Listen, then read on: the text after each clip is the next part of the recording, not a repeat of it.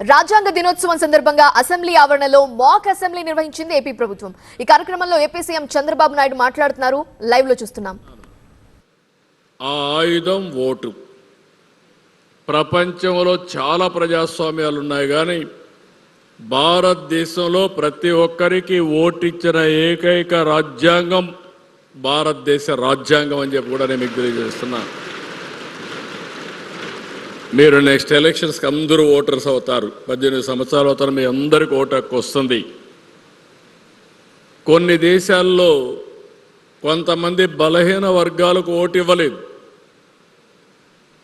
తర్వాత పోరాటాలు చేసి ఓటు సంపాదించుకున్నారు.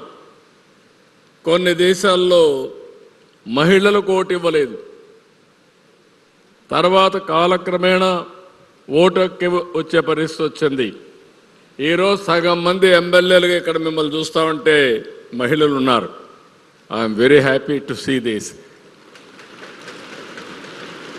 ఇప్పుడే మనం పార్లమెంట్లో మొన్నే ఒక బిల్లు పాస్ అయింది. చట్టసభలో ఎప్పటి నుంచో మేము పోరాడుతూ ఉంటే 33% మహిళలకు రిజర్వేషన్లు కల్పించిన ఏకైక దేశం భారతదేశం. మళ్ళీ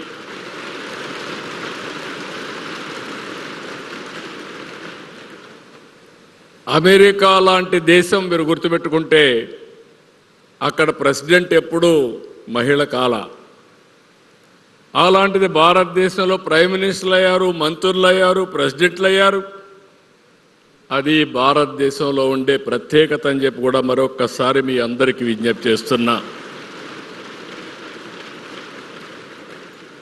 ఒక మాటలో చెప్పాలంటే ఇది ఒక వజ్రాయుధం మనందరికీ. ఏదైతే ఓటు హక్కు ఉందో దీనివల్ల ప్రభుత్వాలను మార్చచ్చు, మన భవిష్యత్తుని మనం రూపకల్పన చేసుకునే అవకాశం వస్తుంది. The spirit of the constitution is to provide equality status and opportunity to every citizen అనే సిద్ధాంతంతో రాజ్యాంగాన్ని రాశారు. దాని బ్యూటీ మీరు చూస్తే ప్రధానమంత్రి గారు చాలాసార్లు చెప్పారు. ఒక ప్రధానమంత్రి ఛాయ్ వాలాగా ఉన్న వ్యక్తి భారతదేశ ప్రధానమంత్రి కావడమే కాకుండా భారతదేశం యొక్క దశ దిశ మార్చే పరిస్థితి వచ్చారంటే అది రాజ్యాంగం మనకిచ్చిన అవకాశం అని చెప్పి నేను మీకు తెలియజేస్తున్నా. ఒక మామూలు వ్యక్తి అబ్దుల్ కలాం, కనీసం ఆయన వర్షం వస్తే ఏం చేయాలనో తెలియకుండా చెప్పులుంటే అవి పైన పెట్టుకొని తడవకుండా పోయిన సందర్భం. అంటే పేదరికానికి ప్రతిబింబం ఇది. ఆయన చాలాసార్లు చెప్పాడు, తినడానికి కూడా తిండి లేకపోతే పట్టుదలతో ముందుకు పోతూ నాన్ వెజ్ని కూడా మానేశానని.